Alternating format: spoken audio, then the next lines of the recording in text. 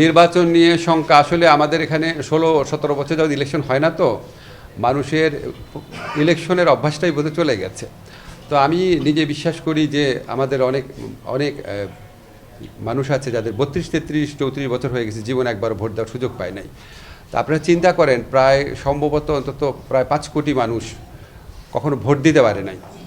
তো এটা কত ইম্পর্টেন্ট পুরা আমি বিশ্বাস করি বাংলাদেশের সাধারণ মানুষ অধীর আগ্রহে নির্বাচনের জন্য অপেক্ষা করছে। কারণ আপনারা দেখেন যে নির্বাচন অনেক দেরি আছে। অলরেডি আমি যেখানে যাই দেখছি, পোস্টার দেখতে পাচ্ছি, মানুষের মধ্যে অত্যন্ত একটা উৎসাহ উদ্দীপনার সৃষ্টি হয়েছে। তো নির্বাচন নিয়ে আশঙ্কার কোনো কারণ দেখি না। আমি মনে করি রাজনৈতিক দলগুলো একে অপরের উপর চাপ সৃষ্টি করার জন্য বা আমাদের উপর চাপ সৃষ্টি করার জন্য কিছু কিছু কথা বলেন, আবার কিছু কিছু কথা হয়তো জেনুইনলিও বলেন। তো সব কিছু শুনে হয়তো মনে হয় যে নির্বাচন নিয়ে একটা অনিশ্চয়তা বা আশঙ্কা রয়েছে। আমি আপনাদেরকে দৃঢ় কণ্ঠে বলতে চাই, আমরা সরকারের পক্ষ থেকে ফেব্রুয়ারির প্রথমার্ধে জাতীয় সংসদ নির্বাচন আয়োজন করার ব্যাপারে বদ্ধপরিকর। এটার সাথে সম্পর্কিত বা এটাকে বিলম্বিত করার কোনো ইস্যু আছে বলে আমরা মনে করি না।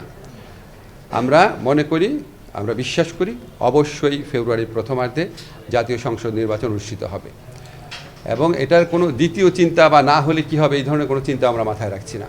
এবং আমি পার্সোনালি বিশ্বাস করি আমাদের রাজনৈতিক দলগুলো ওনারা যে যাই বলুক না কেন, ওভারঅল ওনারা নির্বাচনী রাজনীতিতে বিশ্বাস করেন, এবং আমরা সরকারের পক্ষ থেকে নির্বাচনে ওনাদের মনে আস্থা সৃষ্টি করার জন্য, ওনাদের একটা আনন্দমুখর পরিবেশ সৃষ্টি করার জন্য আমাদের যা যা করণীয় আমরা সবই করব।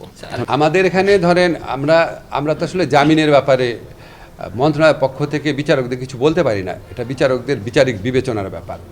তো বিচারিক বিবেচনার ব্যাপার এখানে আপনার তারপর আমরা মাঝে মাঝে করার চেষ্টা করি, বোঝার চেষ্টা করি কেন আপনার অধিক জামিন হচ্ছে কোথাও বা কেন জামিন হচ্ছে না কোথাও। জামিন দেওয়াটা আসলে শুধু বিচারকের উপর ডিপেন্ড করে না, এটা ডিপেন্ড করে যে পুলিশ কী রিপোর্ট দিচ্ছেন। এখন ধরেন পুলিশ যদি একটা রিপোর্টে বলে সন্দেহভাজন হিসাবে ওনাকে গ্রেফতার করা হয়েছে, তো সেটা তো আপনার জামিন না দেওয়ার যুক্তি থাকে না তখন। কিন্তু যদি বলে যে এখানে উনি এরকম একটা যোগ সাজসে যুক্ত ছিল বা ওনার ভিডিও ফুটেজে ওনার এটা দেখা গেছে, কণ্ঠ শোনা গেছে বা অন্য একজন ওনার সম্পর্কে এটা বলেছে, তখন না আপনার বিচারক জামিন দিবে কিনা সেটা নিয়ে দ্বিতীয় চিন্তা করতে পারে।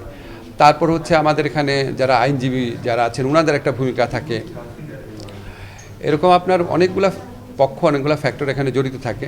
তা আমরা মনে করি যেখানে জামিন পাওয়ার যোগ্য সেখানে জামিন পেতে পারে, কিন্তু যারা আপনার জামিন পেয়ে একই ধরনের অপরাধ করতে পারে বা দেশের আইন শৃঙ্খলা পরিস্থিতি বিনষ্ট করতে পারে বা নিষিদ্ধ কোনো সংগঠনের তৎপরতা চালাতে পারে, তাদের যদি আপনার বেশি জামিন হয়ে যায় আমরা তো অবশ্যই আশঙ্কিত থাকি।